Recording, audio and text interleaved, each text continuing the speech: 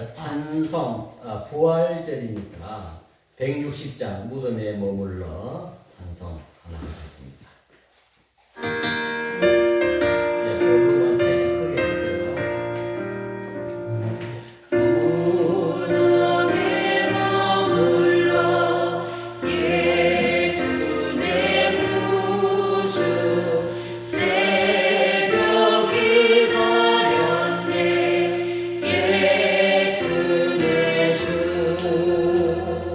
원수를 다 이기고 무덤에서 살아나셨네 모두 오늘 이기시고 나와서 전도 함께 길을 다스리시네 사셨네 사셨네 예수 다시 사셨네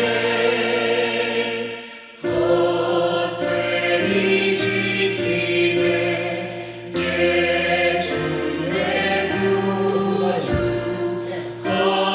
헛되이 부르네 예수 내 주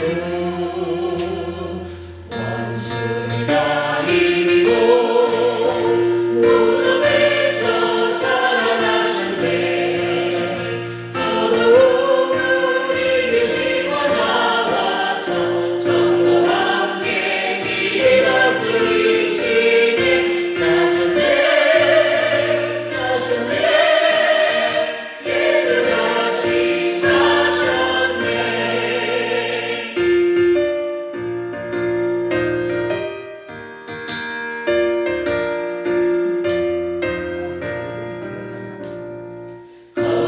어디로 가드네 예수 내 구주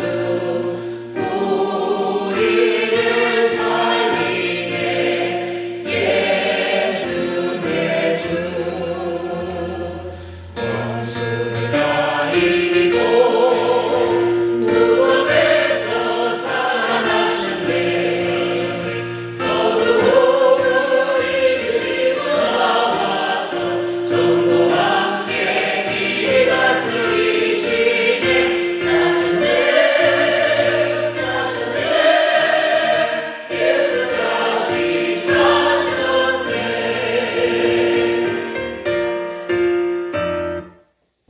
자, 그럼 이제 우리 찬양 실로암 하나 하겠습니다. 이 실로암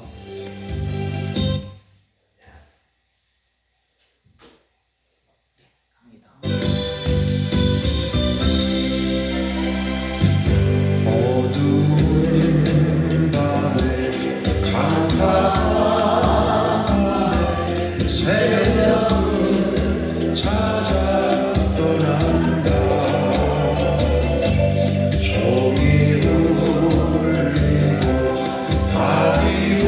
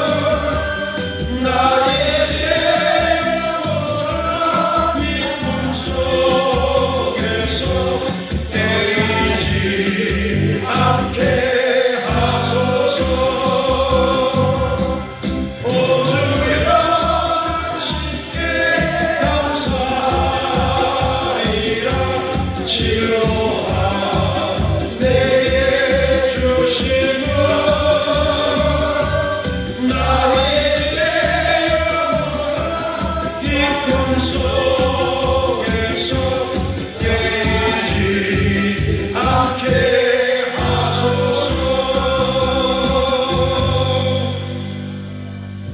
그 영상에 보니까 논산훈련소에서 이 실로암을 부르더라고. 그거 봤어요? 그 지금 준비할 수 있습니까? 아 지금요? 한번 찾아봐요. 내 이야기할 때. 아 그러면은 아예 그냥 여기서 틀까요? 여기서 틀면 돼. 아 그 모니터로 틀까요? 그렇지, 일로. 예 알겠습니다. 한번 보면 되고. 그 지난주에 우리 유연숙 선거님께서 따님들을 또 데려왔잖아요. 그죠? 이번 주에는 또 우리 모친 어머니를 모시고 오셨네요. 네. 다음 주는 남편 모시고 나오면 되겠네요. 환영합니다. 저 어머니 저 모친 옛날에 신앙생활 하셨죠? 찾았습니다. 어? 네. 하셨죠? 예. 지금은 안 하고 계시죠? 그죠? 잘 오셨습니다, 우리. 예? 다시 시작하셔야 돼요. 예수님 오늘 부활하신 날처럼 신앙에도 부활하시길 바랍니다. 아멘.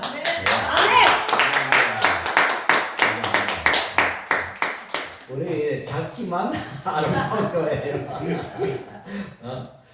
자, 이거 한번 보세요. 이거 맞습니다. 역대급 실로 웬만. 저를 좀 키워봐요.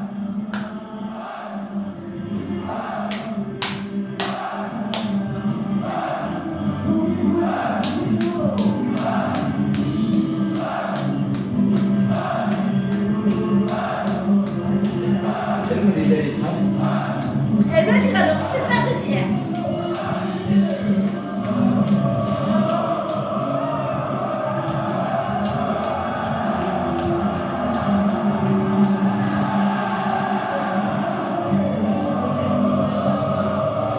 한번 더 봐봐.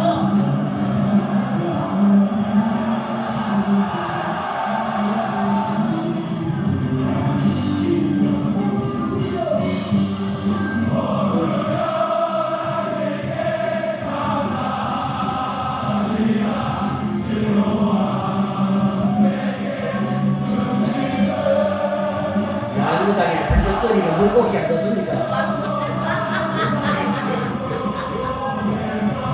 하나도 커버갖고 난리를 치고 저거는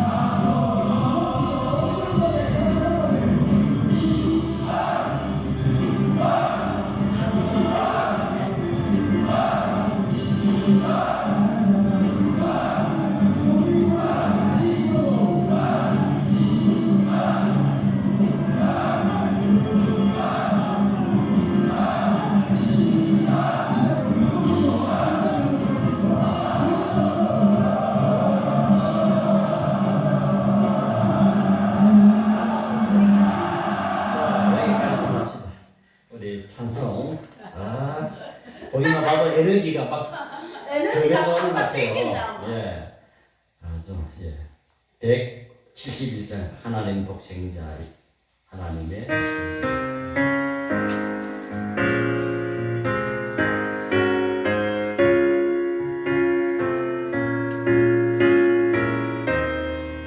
부활절에 하나님의 그 은혜를 생각하면서 찬송합시다. 하나님의 독생자 예수 나 위하여 오시었네.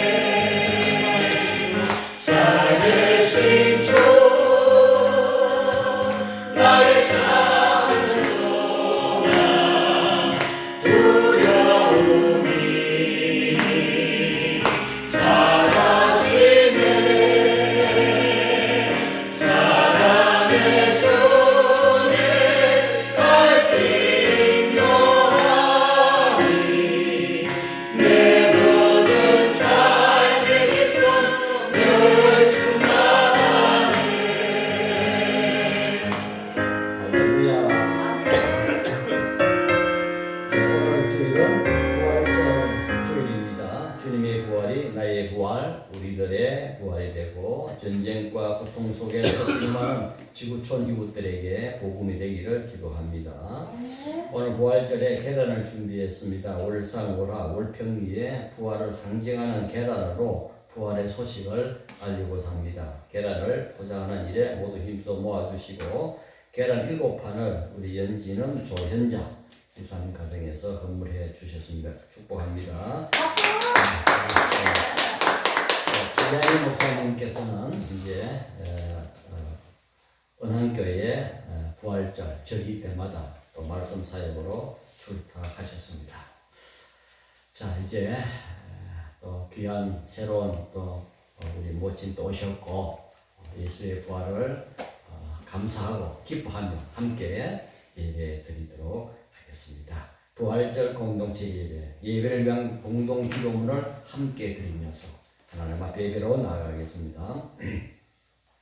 창조의 생명의 창조자이신 하나님, 긴 걸음의 시간을 지나 빛의 시간을 맞이하게 하신 주님을 찬양합니다. 부활의 기쁨을 한껏 누리게 해 주십시오. 어둠은 빛을 이길 수 없습니다. 삶의 무게가 우리를 짓누르더라도 빛을 향한 여정과 빛에 대한 기대를 놓치지 않게 해 주옵소서. 주님, 부활의 기쁨을 나누게 하시니 감사합니다. 그러나 여전히 이 땅은 전쟁과 온갖 재난으로부터 고통당하고 추구하는 생명들이 있습니다. 그들에게 부활의 기쁨과 평화가 전해지게 해 주옵소서.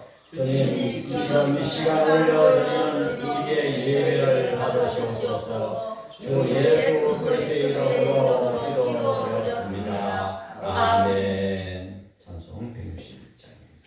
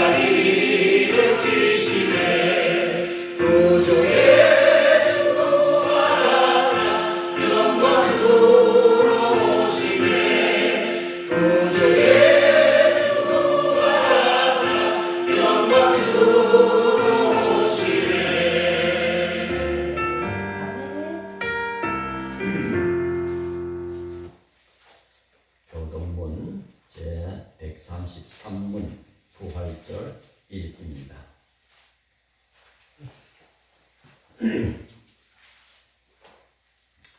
하나님께서 그를 사망의 고통에서 풀어 살리셨으니 이는 우리가 사망에 매여 있을 수 없었습니다. 우리 주 예수 그리스도로 말미암아 우리에게 승리를 주시는 하나님께 감사하노니 그러므로 내 사랑하는 형제들아 견실하며 흔들리지 말고 항상 주의 일에 더 때에 예수께서 친히 그들 가운데 서서 이르시되 그들이 놀라고 너희에게 무서워. 아이, 너무 급하게 하지 말고 이거 하고 나서 반대. 너희에게 평강이 있을지어다 하시니 그들이 놀라고 무서워하여 그 모습을 영으로 생각하는지라. 예수께서 이르시되 어찌하여 두려워하며 어찌하여 마음에 의심이 일어나느냐. 내 손과 발을 보고 나인 줄 알아. 또 나를 만져보라. 영은 살과 뼈가 없어되 너희 보는 바와 같이 나는 있느니라. 그러나 이제 그리스도에서 죽은 자 가운데서 사시다가 잠자는 자들의 첫 열매가 되셨도다. 예수께서 이르시되 나는 부활이요 생명이니 나를 믿는 자는 죽어도 살겠고 무릇 살아서 나를 믿는 자는 영원히 죽지 아니하리니 이것을 내가 믿느냐. 이르되 주여 그러하리이다. 주는 그리스도시요 세상에 오시는 하나님의 아들이신 줄 내가 믿나이다. 아멘. 기도 드릴 때에 목회 서신에 있는 부활절에 드리는 내 영혼의 기도, 제가 작성한 이 기도문으로 기도하도록 하겠습니다. 부활로서 영원한 새 생명의 소망을 주신 하나님, 긴 사순절 순례의 여정을 마치고 기쁨 가운데 부활절을 맞게 하시니 감사합니다. 부활의 주님을 만나고자 여기 모인 박진주는 교회 작은 공동체를 찾아와 주시고 참된 평화와 새로운 생명의 기운을 전해 주십시오. 영원한 생명이요 빛이 되신 주님, 우리 영혼과 이 사회 구석구석에 자리하고 있는 어두운 죽음의 힘을 몰아내 주십시오.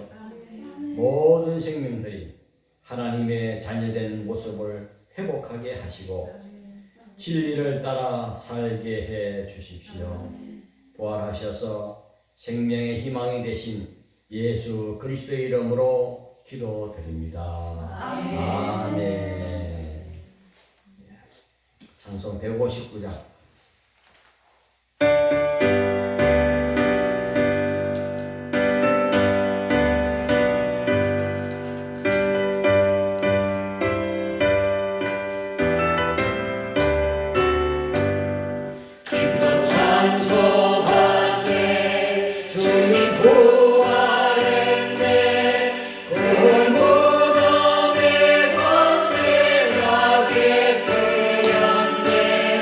주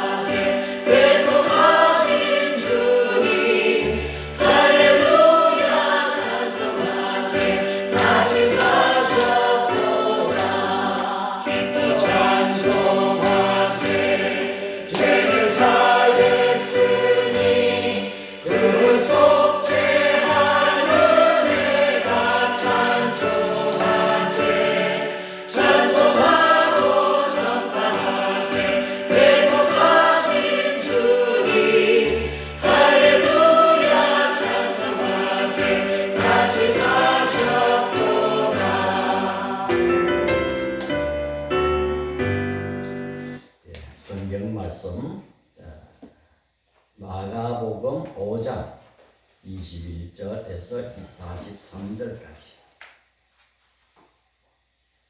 마가복음 5장 21절부터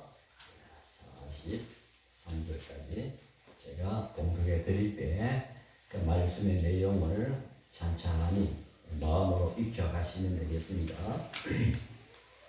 예수께서 배를 타시고 다시 맞은편으로 건너가시니 그 무리가 그에게로 모여들거늘 이에 바닷가에 계시더니 회당장 중에 하나인 야이로라 하는 이가 와서 예수를 보고 발 아래 엎드려 간곡히 구하여 이르되 내 어린 딸이 죽게 되었사오니 오셔서 그 위에 손을 얹어서 그로 구원을 받아 살게 하소서 하거늘 이에 그와 함께 가실새 그 무리가 따라가며 애워사 밀더라. 12해를 혈루증으로 알아온 한 여자가 있어 많은 의사에게 많은 괴로움을 받았고 가진 것도 다 허비하였으되 아무 효험이 없고 도리어 더 중하여 죽던 차에 예수의 소문을 듣고 무리 가운데 끼어 뒤로 와서 그의 옷에 손을 대니 이는 내가 그의 옷에만 손을 대어도 구원을 받으리라 생각함이로라. 이에 그의 혈루 근원이 곧 마름에 병이 나은 줄을 몸에 깨달으니라. 예수께서 그 능력이 자기에게서 나간 줄을 곧 스스로 아시고 무리 가운데 돌이켜 말씀하시되 누가 내 옷에 손을 대었느냐 하시니 제자들이 여짜오되 무리가 애워 사 미는 것을 보시며 누가 내게 손을 대었느냐 물으시니까 하되 예수께서 이 일 행한 여자를 보려고 둘러보시니 여자가 자기에게 이루어진 일을 알고 두려워하여 떨며 와서 그 앞에 엎드려 모든 사실을 여쭈니 예수께서 이르시되 딸아 내 믿음이 너를 구원하였으니 평안히 가라 내 병에서 놓여 건강할지어다. 아직 예수께서 말씀하실 때에 회당장의 집에서 사람들이 와서 회당장에게 이르되 당신의 딸이 죽었나이다. 어찌하여 선생을 더 괴롭게 하나이까.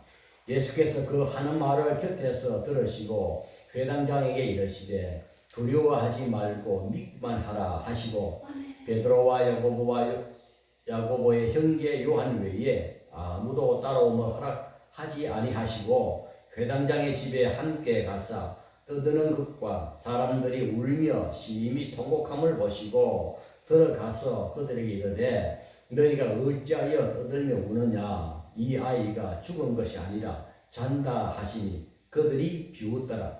예수께서 그들을 다 내보내신 후에 아이의 부모와 또 자기와 함께한 자들을 데리시고 아이 있는 곳에 들어가서 그 아이의 손을 잡고 이르시되 달리다구 하시니 번역하면 곧 내가 네게 말하노니 소녀에 일어나라 하시니라. 소녀가 곧 일어나서 걸으니 아이가 12살이라. 사람들이 곧 크게 놀라거늘 예수께서 이 일을 아무도 알지 못하게 하라고 그들을 많이 경계하시고 이에 소녀에게 먹을 것을 주라 하시니라. 아멘. 요한복음으로 넘어갑니다. 20장.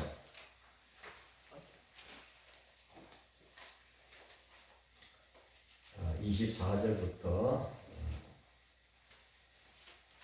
29절까지입니다. 12 제자 중에 하나로서 디두모라 불리는 도마는 예수께서 오셨을 때에 함께 있지 아니한지라. 다른 제자들이 그에게 이르되 우리가 주를 보았노라 하니 도마가 이르되 내가 그의 손에 못자국을 보며 내 손가락을 그 못자국에 넣으며 내 손을 그 옆구리에 넣어보지 않고는 믿지 아니하겠노라 하니라. 여드레를 지나서 제자들이 다시 집 안에 있을 때에 도마도 함께 있고 문들이 닫혔는데 예수께서 오사 가운데 서서 이르시되 너희에게 평강이 있을지어다 하시고 도마에게 이르시되 내 손가락을 이리 내밀어 내 손을 보고 내 손을 내밀어 내 옆구리에 넣어보라. 그리하여 믿음 없는 자가 되지 말고 믿는 자가 되라. 도마가 대답하여 이르되 나의 주님이시요 나의 하나님이시니이다. 예수께서 이르시되 너는 나를 본고로 믿느냐. 보지 못하고 믿는 자들은 복되도다 하시리라. 아멘. 할렐루야. 오늘 주일은 부활절입니다. 교회력 절기이죠. 그래서 종교로서 부활절 절기가 아니라 정말 나의 신앙 고백, 내 인생의 궁극적인 희망으로서 부활을 바라보는 그런 부활절이 되었으면 좋겠습니다. 자, 부활절이 되었는데 예수님의 부활이 나와 무슨 상관이 있느냐? 이 질문을 해야 돼요. 시공간의 벽이 굉장히 두텁습니다. 자, 몇 년 전에 예수님이 부활한 것도 아니고, 하다못해 몇십 년 전에 부활도 아니고, 2000년 전에 부활했던 예수, 그 부활. 그리고 우리나라 저 부산쯤이나 서울에서 예수님 부활하셨다는 것도 아니고, 하다못해 일본 쪽까지 부활한 것도 아니고, 저 중동 땅 팔레스타인에서 예수님 부활하셨다. 시간과 공간, 시공간의 벽이 너무 두터워요. 그래서 예수님의 부활이 나와 무슨 상관이 있느냐? 그 직접적인 상관을 느끼기가 쉽지 않습니다. 그러나 여러분, 죽음은 모든 인류에게 보편적으로 죽음은 찾아옵니다. 죽음에서 예외될 사람은 아무도 없습니다. 태어날 때는 순서대로 태어났겠지만 죽음 앞에서는 순수가 없죠. 누가 먼저 죽을지를 모르는 거예요. 죽음의 보편성. 그런 죽음의 보편성 문제 앞에 놓여 있을 때 예수님의 부활이라고 하는 것은 특수한 사건이지만 이것이 보편적 인류에게 얼마만큼 영향을 끼치는지 어떤 일인지를 우리는 성경을 통해서 알아야 하는 것입니다. 자, 부활은 죽음을 전제로 합니다. 죽음의 문제는요, 인간 최대의 문제입니다. 그런데 부활이라는 단어는요, 예수님이 아니면 생겨나지 않을 말입니다. 그렇잖아요. 말이라는 것은 필요에 의해서 만들어진 거잖아요. 필요에 의해서. 병아리가 알에서 나오는 걸 뭐라 그럽니까? 부화라 그러잖아요. 부활이라 그러잖아. 왜냐면 생명에서 깨어나는 거니까 부화고, 예수님의 부활은 부화가 아니에요. 죽음에서 새로운 하나님의 생명으로 다시 사실 그 부활인 것입니다. 부활. 기독교의 복음의 중심은 부활입니다. 교회 절기로서 성탄절도 중요하고 아주 의미 있는 절기이긴 하지만, 만일 예수님의 부활이 없다면 예수님의 탄생인 성탄절은 여러 위인들의 탄생과 조금도 다름이 없을 거예요. 조금 있으면 이제 부처님 오신 날 올 거 아니에요? 부처님 오신 날이나 예수님 오신 탄생하는 날이나 사실은 별 다름이 없습니다. 부활이 없다면 말이죠. 예수님의 부활이 있음으로 말미암아 예수님의 탄생이 메시아로서의 의미가 있는 것입니다. 사람은 이 죽음의 문제를 자기하고는 별로 당장 문제가 연결되어 있다고 생각지 않습니다. 그래서 죽는 문제를 쉽게 생각합니다. 죽으면 다 죽겠지 뭐. 왜 죽는 걸 그렇게 겁을내? 다 죽게 돼 있어. 너무 겁내지 마. 웃기는 소리 하지 마세요. 죽는 것만큼 최고의 문제, 죽는 것만큼 두려운 존재는 없습니다. 엘리자베스 키블로스라고 하는 유명한 학자가 있습니다. 이 사람은 죽음학이라고 하는 학문을 이제 발전시켰고, 호스피스 병동 아시죠? 호스피스 병동이 이 키블로스 박사 이분을 통해서 사실은 시작된 거예요. 그래서 죽음에 대한 학문으로서 죽음학에 대한 권위자로서 세계적으로 명성을 떨쳤던 분입니다. 이 사람이 수많은 죽음을 이야기했고 죽음에 대한 학문을 정립했지만 정작 자신이 죽을 때는 죽음 앞에 벌벌벌 떠는 거예요. 그래서 제자들이 물었습니다. 엘리자베스 키울로스 박사님은 죽음에 대해서 수많은 논문을 썼고 호스피스 병동도 설립을 했고 다른 사람은 죽음의 문제 앞에서 많은 위로를 주었는데 정작 박사님은 왜 죽음을 그렇게 두려워합니까? 라고 말했습니다. 이번에 놀라운 대답이었습니다. 다른 사람의 죽음은 우리 속에 갇힌 철창 속에 갇힌 호랑이였지만 나의 죽음은 철창을 뛰쳐나온 호랑이였다. 여러분 이해됩니까? 철창 속에 갇힌 호랑이는 안 두렵잖아요. 무섭지 않죠. 그러나 철창을 뛰쳐나온 호랑이는 두렵습니다.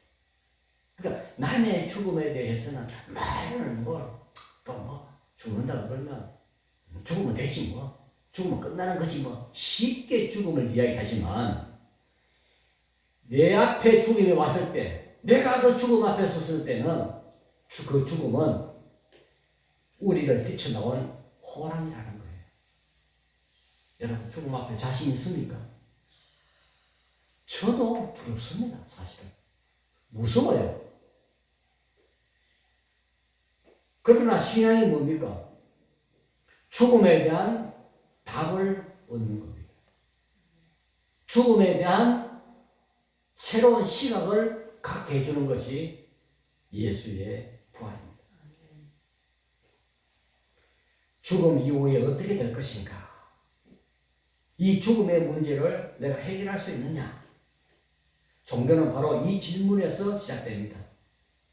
결국 종교의 궁극적인 목적은 죽음의 문제를 어떻게 해결할 것인가? 그런데 복음은 이렇게 말합니다. 그 답이 있다. 그 길이 있다. 그것이 바로 부활의 복음입니다. 자, 오늘 우리 본문에서 들어가 보면 두 사람이 등장합니다. 마가복음 5장에서 회당장 야이로라고 하는 사람과 이름 없는 병든 한 여인이 등장을 합니다. 이 두 사람의 공통점이 무엇입니까? 구원이 절실히 필요한 사람입니다. 한 사람은 죽음의 구원에서 구원받기를 원합니다. 자기 사랑하는 딸이죠. 어린 딸이죠. 자기 죽음과 마찬가지죠. 그리고 한 사람은 질병에서 구원받기를 원했던 거예요.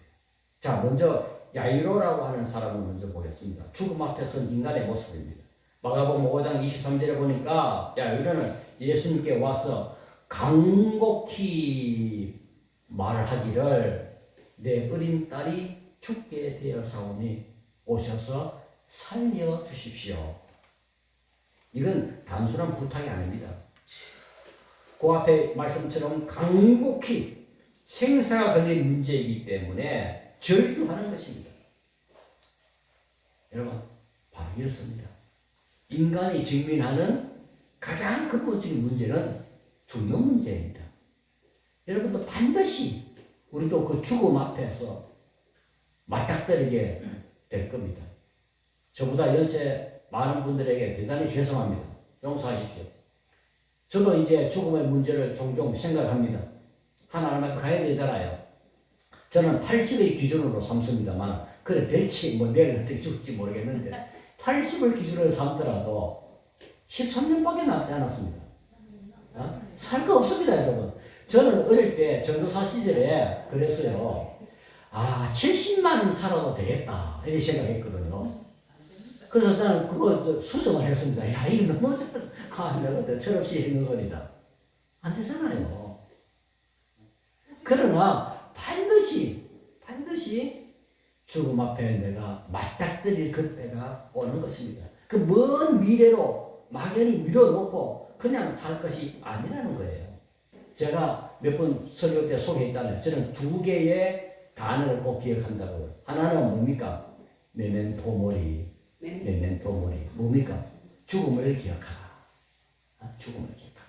로마의 계승, 로마의 제국의 장군이 전쟁에서 이기고 돌아올 때 많은 사람 환영하잖아요. 그때 말기를 따라오는 젊은 노예에게, 어린 소년에게 메멘토 모리, 메멘토 모리 외치라 그러잖아요. 뭐냐? 지금은 당신이 환영받고 있고 엄청난 영화를 누리고 있지만 죽음이 온다는 것을 기억하세요.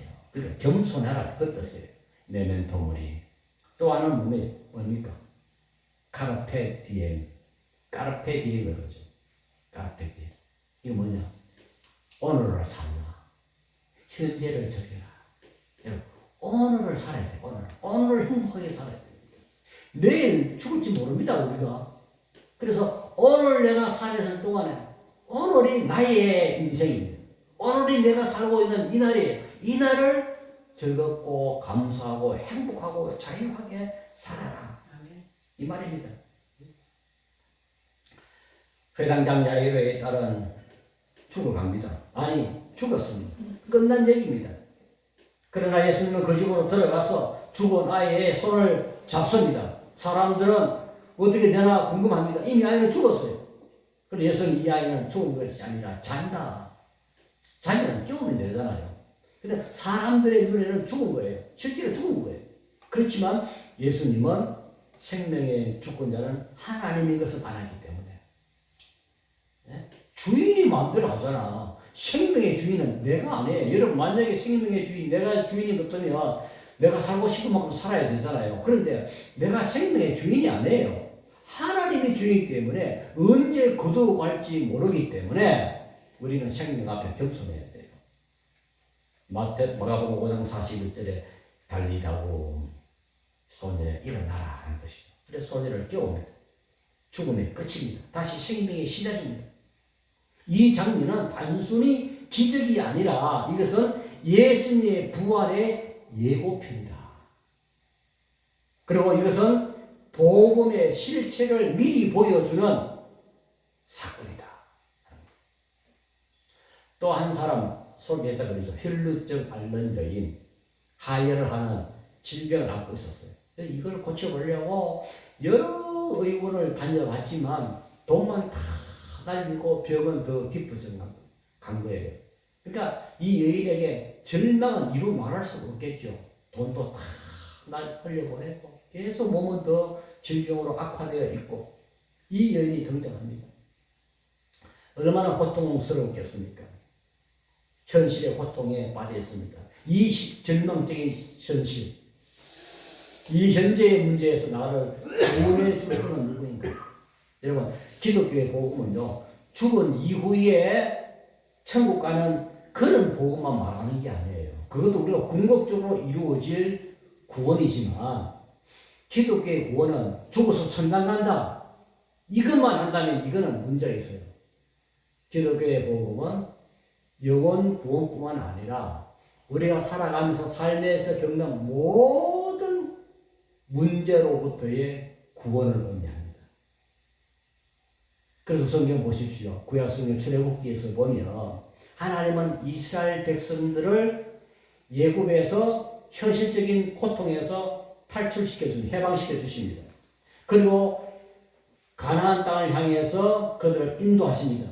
그러니까 목적지 가나안 땅에만 목적이 있는 것이 아니라 그 가나안 땅에 이르기까지 현재에 살아가는 삶의 문제들, 자, 목마릅니다. 배고픕니다. 사막에 춥습니다. 그런 현실적인 문제를 하나님께서 만나를 내려주시고 메추라기를 보내주시고 구름기둥, 불기둥으로 그들의 현실적인 고통과 아픔의 문제를 주님이 해결해 주시는 겁니다. 아멘. 그래서 기독교의 복음은 죽어서 천당 가는 것이 아니라 이 땅에 살아갈 동안에 현실적인 고통과 문제에서도 우리에게 해방과 자유와 구원을 주시는 겁니다. 그래서 예수님도 우리에게 이렇게 기도를 가르쳐 주셨습니다. 우리에게 일용할 양식을 주옵소서라고 기도하라고 했습니다. 그러나 여러분, 여기서 중요한 질문이 있습니다. 복음은 우리의 모든 현실 문제를 다 해결해 주는 것이냐? 영혼 공부만 아니라 우리의 전인구원 모든 문제도 다 해결해 주고 병든 자를 고쳐주고 뭐 배고픈 자에게 먹을 것을 주고 한다고 했으니 아니 돈이 필요한 사람에게 하늘에서 돈이 떨어져야 될 거 아닙니까? 하나님 돈 필요합니다. 돈 주옵소서 아멘 하고 눈 떠보니까 돈덩어리가 떨어져 있더라. 그런 일 있습니까? 저는 아무리 기도해도 그런 일 없더라고요. 그런데 우리 사람도 정인입니다만 저는 목회 생활 쭉 해보면서 이런 문제에서 간증거리가 진짜 많습니다. 하나님이 그때마다 천사를 보내주시는데 그 천사가 뭡니까? 두 발 달린 천사, 사람 천사예요. 사람 천사를 보내줘가지고 그때마다 필요할 때마다 은혜 베풀어 주시더라고요. 그 간증하자면 지금 뭐 한정이 없습니다. 정말 많아요. 더구나 어려울 때 더 많아요. 하나만 이야기할게요. 아니 제가 전사하기 얼마나 어려웠습니까? 전사 시절에 어려우니까 돈이 너무 필요했어요. 그러니까 하나님께서 어떤 사람 전화 와서 그 당시에 이제 이런 뭐 전화 번호 뜨는 것도 아니잖아요. 유선 전화 받으니까 전사님 지금 되게 어렵지요 생활이. 그래서 돈을 좀 보내드리려고 합니다. 그 통장번호 알려주세요 하니까 그래 제가 전혀 모르는 목소리에 누굽니까? 알려주세요 하니까 에이 그건 아실 필요가 없고 번호만 가르쳐 달라는 거예요. 그걸 하도 그러니까 뭐 내가 가르쳐 드리지. 그러니까 여러분 1990년대 90년이죠 90년 그때만 해도요 돈 45만 원이 큰 돈입니다 매달. 요걸 6개월간 꼬박 오는데 지금도 누군지 모릅니다. 이름은 그 당시에 실명제 하기 전이니까 왕년이라고 이름 중국식 이름 적혀서 왕년이 누군지 왕씨도 내가 아는 사람 없는데 그러니까 살만큼 되니까 6개월 후에 딱 끊어지더라고. 전부 모릅니다. 이런 식의 간증은 많습니다. 그러니까 실제로 하늘에서 돈이 떨어지는 건 아니지만 또 병든 사람 병들 때마다 하나님 내가 이거 아픕니다 고쳐주시옵소서 아멘하고 눈 뜨면 다 고쳐지느냐? 아니에요. 아무리 기도해도 안 고쳐지고 또 아무리 살고 싶다고 해도 죽는 사람 대부분입니다. 그 가운데서 또 기도해서 낫는 경우도 있고 또 문제가 해결되는 것도 있지만 대부분 안 되는 게 많습니다. 그러면 뭐가 달라집니까? 기도해서 현실적인 구원은 어떻게 이루어집니까? 첫째, 가치관의 변화가 일어나는 것입니다. 생각이 바뀌는 거예요. 저는 거기서 너무 문제였는데 가치관, 생각이 바뀌고 나니까 그게 큰 문제가 아니더라는 겁니다. 불교에서도 깨우치면 번뇌가 있는데 그 번뇌의 본질을 깨우치고 나면 거기서부터 자유를 얻는다. 뭐 일리는 있습니다. 그러나 기독교의 구원은 더 근본적입니다. 가치관의 변화를 줌으로 인해서 거기 문제에서 자유를 누리고 구원을 받게 합니다. 두 번째는 존재의 구원입니다. 존재의 구원. 이 존재의 구원이라는 말이 굉장히 의미가 있고 포괄적이고 심오합니다. 여러분 송명희 시인이라고 들어봤죠? 장애인이잖아요. 선처선 장애를 갖고 있는데 이분이 시를 많이 시를 써서 공평하신 하나님 송명희 시인이 찬양으로도 많이 고음이 붙여서 나오고 있습니다. 송명희 시인은요 온몸이 뒤틀리는 장애를 안고 있는 사람입니다. 검색해서 나와서 그분의 찬양도 들어보고 시를 한번 보십시오. 너무 아름답은데 그 사람이 하나님을 기도해서 구원받았잖아요. 현재의 질병으로부터 존재의 아픔으로부터 존재의 고통으로부터 존재의 구원을 받았습니다. 그런데 현실적으로 보면 하나도 달라진 게 없어. 여전히 몸이 뒤틀려 있고 여전히 아프고 여전히 장애를 안고 있습니다. 그런데도 그가 존재의 구원을 받았다? 무슨 말입니까? 여전히 그는 장애인이지만은 자기의 살아가는 삶이 존재가 달라졌다는 겁니다. 아멘. 하나님을 향해서 공평하신 하나님이라고 찬양했습니다. 어떻게 공평하신 하나님입니까? 그 사람 입장에서 보면 장애를 안고 있는데 정상적인 사람에 비하면 하나님 공평하신 하나님 아님에도 불구하고 그는 존재의 구원을 받았기 때문에 하나님 앞에 공평하신 하나님이라고 찬송할 수 있는 겁니다. 그게 축복입니다.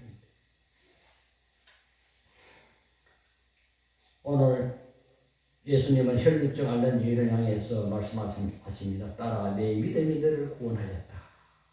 이 구원은 단순히 병 고침의 이상입니다.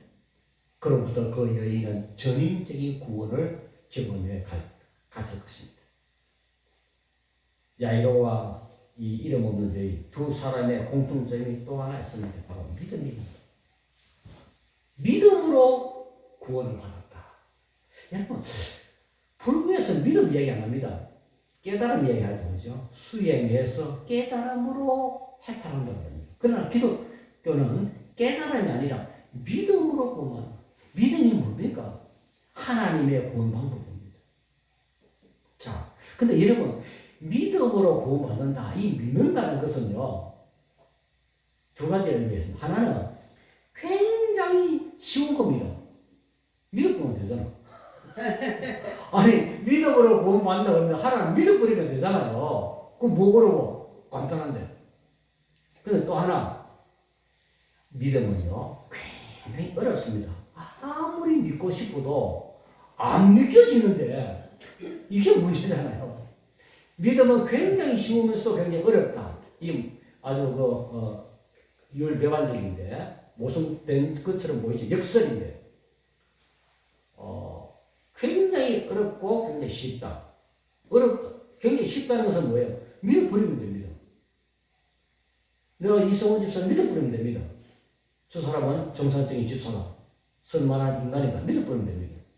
그런데 안 믿어지면 환장하는 거야. 안 믿어지는데 이성훈이 안 믿어지는데. 그래서 믿음을 비유로 하겠습니다. 믿음은 땅 문서와 같다. 비유. 땅 문서. 여러분 땅 문서 종이 한 장 속에 땅 문서 있잖아요. 여기에 땅이 들어있습니까? 안 들어있습니까? 실제 땅이 없어요. 그렇지만 여기 땅 문서라 치면 이거 있으면 그 땅이 실제적으로 내 것입니까? 아닙니까? 내가 권리 행사할 수 있습니다. 그렇죠? 땅 문서. 지금 우리가 하나님을 바라보는 믿음은 바로 그런 거예요. 당장 뭐 없지만 이 믿음은 결국은 실체가 있다. 아멘. 땅 문서는 지금은 좋은 쪽에 보면 이렇게 땅이 없습니다. 수백 평 단 한 점도 없습니다. 그러나 이 땅 문서가 땅이라고 하는 실체를 품고 있다는 겁니다. 그게 믿음. 또 하나 비유하면 지난번도 말씀드렸습니다만 믿음은 악보와 같다. 종이에 적힌 악보. 음악을 문자화했잖아요. 여기 음악이 들었습니다. 그러나 지금 당장 음악은 아니에요. 좀 음악이야. 근데 어떨 때 음악이 됩니까? 연주될 때 음악이 됩니다. 그렇습니다. 믿음이라는 것은 내가 믿을 때 그게 실체로 드러나는 것이지 안 믿으면 믿음은 없는 겁니다. 실체가 없는 거예요. 마치 땅 문서와 또 악보와 같은 것입니다. 여러분, 믿음은 보이는 것을 확인하는 것이 아닙니다. 확인한다면 그건 확인이지 믿음이 아닙니다. 보이지 않는 것을 붙드는 것. 그래서 부활도 마찬가지입니다. 부활은 정명이 아니라 믿음으로 붙드는 사건입니다. 여러분, 생명과 죽음 누가 이깁니까? 생명이 이깁니까? 죽음이 이깁니까? 예수 부활을 모르는 사람들은요 죽음이 이깁니다. 그냥 생명을 삼켜버리니까. 그러나 여러분 빛이 이깁니까? 어둠이 이깁니까? 빛이 이깁니다. 빛이 이기지. 얼른 보면 어둠이 이기는 것 같죠? 그럼 빛이 이깁니다. 마찬가지입니다. 죽음이 이 생명을 삼키니까 이기는 것 같아요. 모든 사람 죽으니까. 그러나 예수님이 부활함으로 인해서 생명이 죽음을 이기는구나 하는 첫 번째 증거가 예수의 부활입니다. 죽음이 어느 날 십자가에서 예수님을 덜컥 삼켜버렸어요. 삼키고 나니까 죽음이 견딜 수가 없어. 여러분 속에 먹지 못할 거 먹어놓으면 속이 편안 안 하잖아요. 토해내야 되는 것처럼 죽음이라는 놈이 예수님을 생명의 주인께서 예수님을 덜컥 삼키고 보니까 견딜 수가 없어. 3일 만에 토해냈습니다. 그게 예수님 부활입니다. 아멘. 성경 요나서에 나오잖아요. 요나가 큰 물고기 한 상태잖아요. 살아있는 사람을 붓고 있으니까 물고기가 견디지를 못해서 무트로 나와가지고 어떡합니까? 요나를 토해내잖아요. 그게 예수의 부활을 상징하는 거거든요. 자, 여러분 이제 우리는 예수의 부활을 이제 머리로 믿습니다. 이해합니다. 그러나 그 믿는 부활에서 이제는 우리는 사는 부활로 나아가야 됩니다. 살아내는 부활. 믿는 부활에서 사는 부활로 나아가야 돼요. 나는 부활이요 생명이니 내가 이것을 믿느냐. 그 믿음이 연주되어야 악보 음악이 되는 것처럼 사라질 때 그 예수의 생명이 부활이 우리에게 부활되는 겁니다. 오늘 이제 마지막 본문이 요한복음 20장이었잖아요. 20장에 보면 예수님이 부활해서 제자들한테 왔습니다. 그때 마침 도마가 자리에 없었어요. 그러니까 예수님 자기 살아갔던 걸 보여주었잖아요. 그래 도마가 나중에 돌아와서 보니까 와 우리 예수님 살아났었다 부활했더라 정말 우리가 봤다 하고 하니까 도마가 뭐라고 합니까? 아주 불신하지 말하죠. 에이 그런 말 하지 마. 내가 내 손가락으로 예수님의 그 못 박힌 그 손에 못 박힌 그 자국을 보고 옆구리에 자국을 찔렸으니 그것을 내가 확인해 봐야 예수님 살아나는 걸 믿겠다. 안 그러면 못 믿겠다 이렇게 말했잖아요. 여러분 그러나 성경에 보면 도마가 그래 불신앙적인 발언을 했지만 예수님은 도마의 그것을 꾸짖지 않았습니다. 여러분 의심하는 것은 죄가 아닙니다. 저는 뭐 옛날에 목사님들이 무조건 아멘 무조건 믿어라 이 말은 난 별로 안 좋아합니다. 그런 하나님도 그런 맹목적인 믿음을 원하지 않아요. 따져보고 하나님 정말 나 이거 못 믿겠다. 이게 왜 이랬습니까? 이게 진실. 그래서 성경 연구해보고 배워보고 기도해보고 몸부림쳐보고 그게 도마의 일파. 그래 도마가 이 나쁜 사람 아니에요. 정말 이게 치열하게 믿고 사는 그 열정이 있는 사람이에요. 그냥 덮어놓고 믿습니다. 이건 뭐 실제로 안 믿는 사람 경우가 많아요. 말을 그렇게 하는 거예요. 쉽게 믿는 사람. 근데 굉장히 깐깐하게 따져보고 하나님 그걸 싫어하는 게 아니에요. 그래서 교회 안에서도 목사님 이거 참 내가 고민이 있습니다. 내 이 문제 갈등합니다. 그 사람은 진짜 희망이 있고 가능성이 있는 사람이에요. 무조건 믿습니다. 뭐 예, 그런 소리 하지만 나중에 보면 그런 사람들이 더 쉽게 예수를 버리는 경우가 많아요. 감사하죠. 그래서 도마가 결국 어떻습니까? 나의 주, 나의 하나님입니다. 라고 고백하잖아요. 여기서 나의 주, 나의 하나님, 나의 주님이라고 고백하는 게 굉장히 중요한 의미겠습니다. 이 예수님 이 당시만 해도요, 로마 황제를 주님이라고 불렀습니다. 로마 황제가 신이었습니다. 하나님이었습니다. 근데 로마 황제가 주님이나 인생의 주인이 아니고 로마 황제가 하나님이 아니라 예수님 당신이야말로 진정한 하나님입니다. 진정한 내 인생의 우주의 주님입니다. 고백하는 거예요. 그 고백이에요. 여러분 나의 주 나의 하나님. 여러분 부활은 지식이 아닙니다. 부활은 절기가 아닙니다. 행사가 아닙니다. 교리가 아닙니다. 부활은 관계입니다. 나의 주 나의 하나님. 이 관계 속으로 들어갈 때 우리의 믿음은 살아 움직이고 예수님의 부활의 능력과 부활의 소망이 우리의 능력이 되고 소망이 되는 줄 믿습니다. 우리는 죽어도 산다고 했습니다. 죽음이 끝이 아닙니다. 요한복음 11장 25절 우리 읽어보고 말씀 마무리하겠습니다. 잠깐 읽읍시다. 시작. 예수께서 이르시되 나는 부활이요 생명이니 나를 믿는 자는 죽어도 살겠고 무릇 살아서 나를 믿는 자는 영원히 죽지 아니하리니 이것을 내가 믿느냐. 거 내가 믿느냐 거기 자기 이름을 넣고 한번 해봅시다. 시작. 성원아 내가 믿느냐 자기 이름 넣어봅시다. 시작. 창원아 내가 믿느냐. 다시 한번 승원아 내가 다시 한번 시작. 창원아 내가 믿느냐. 아멘. 믿으면 우리가 이 죽음의 문제를 해결할 수 있다. 죽음 문제 해결 못, 세상 사람 죽음의 문제 해결 못 했잖아요. 죽음 무서워하고 죽음을 알지 못, 여러분 알지 못하면 두려움이 있습니다. 근데 알고 보면 두렵지 않아요. 밤에 길을 나갔는데 시큰 게막확 따라오는 얼마나 놀라겠습니까? 근데 알고 보니까 비리, 시커먼 비리 바람에 날아가는 거야. 알고 보면 그거 무서운 거야. 근데 모를 때는 이게 뭐야? 그렇습니다. 여러분 모르면요 두려워하게 됩니다. 알면 두려워.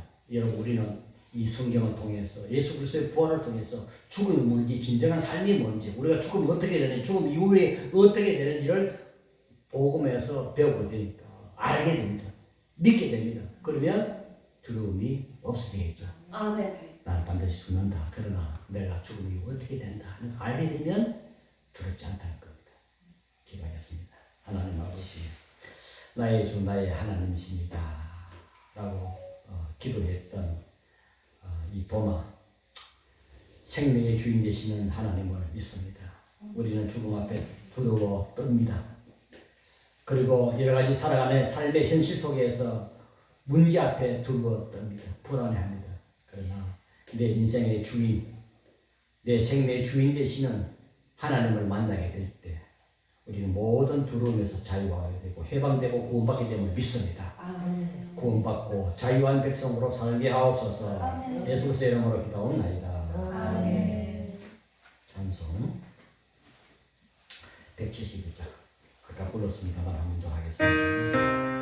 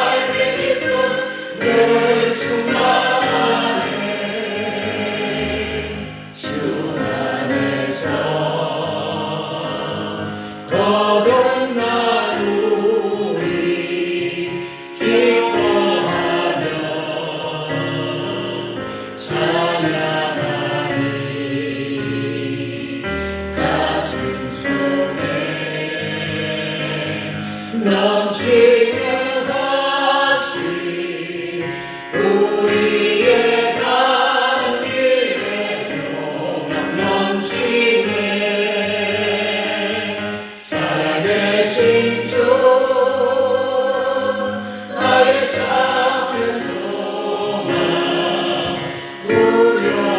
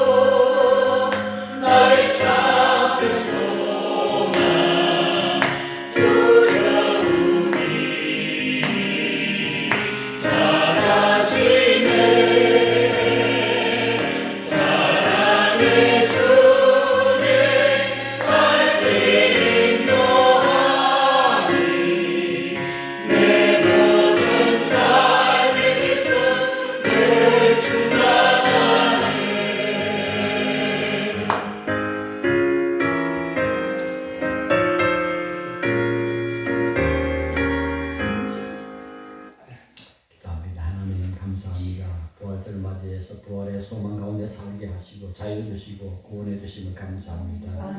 구원에 감사하여 자아가 물질의 한 부분을 구분하여 드렸나이다. 드릴 수 있는 믿음 주시고 물질 주셔서 감사합니다. 전쟁으로 인해서 여러 가지 고유가 시대 또 이제 고물가 시대에 다가오시고 경제의 허리를 이제 조여야 할 그런 새로운 시기가 다가옵니다. 이럴 때일수록 물질의 노예로 살지 않게 하시고 돈의 침물을 살지 않게 해주시고 돈으로 잘 다스리고 돈으로부터 자유하는 삶을 살아갈 수 있도록 은혜를 베풀어 주옵소서. 우리 나라 경제에도 우리 또 성도의 살림살이의 곳간에도 개인의 마음의 곳간에도 생명의 주인 되시고 모든 것의 주인 되신 주님을 모시고 그 주님으로 말미암아 자유를 누리게 하여 주옵소서. 지금은 교회의 머리 되신 우리 주 예수 그리스도의 은혜와 독생자를 주기까지 우리를 사랑하신 하나님의 영원하신 사랑과 세상 끝날까지 우리와 동행하시고 복 주시고 지켜주시는 성령님의 위로하심과 교통하심의 은혜가 오늘도 부활의 소망으로 살아가기를 소원하는 모든 우리 교우들이 10년 위에 지금로부터 영원토록 함께 있을지어다. 아멘. 예배를 모두 마쳤습니다. 하나님께 영광의 박수 올리고